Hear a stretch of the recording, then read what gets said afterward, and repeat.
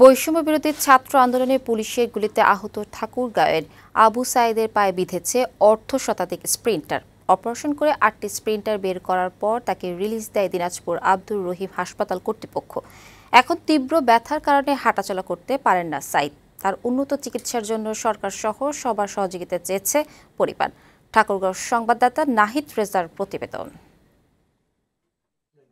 ঠাকুরগাঁও সদর উপজেলার জামালপুর ইউনিয়নের জুলফিকার আলী ও বিলকিস বানু দম্পতির একমাত্র ছেলে আবু সাঈদ ৪ আগস্ট আন্দোলনকারীদের সাথে পুলিশের সংঘর্ষে পায়ে গুলি লাগে তার।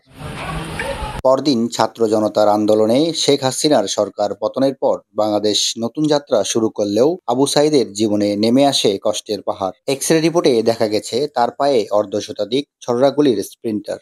দিনাজপুর আব্দুর রহিম মেডিকেল কলেজ হাসপাতালে ৮টি স্প্রিন্টার বের করে চিকিৎসকরা। এরপর হাসপাতাল থেকে রিলিজ দিলে ব্যাহত হয় আবু সাঈদের চিকিৎসা। আমি ৪ আগস্ট বৈষম্য বিরোধী ছাত্র আন্দোলনে যাই।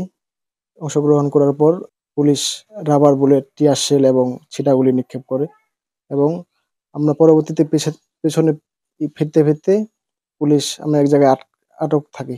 এই জায়গা থেকে যাওয়ার পর থেকে পুলিশ আমাদেরকে সামনে থেকে গুলি করে।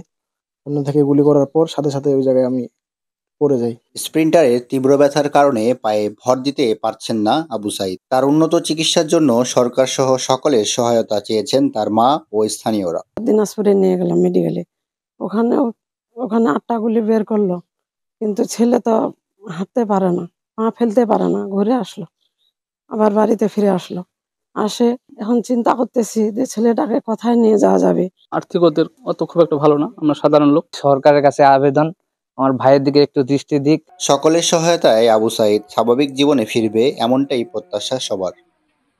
নাহিদ রেজা, বৈশাখী সংবাদ, ঠাকুরগাঁও।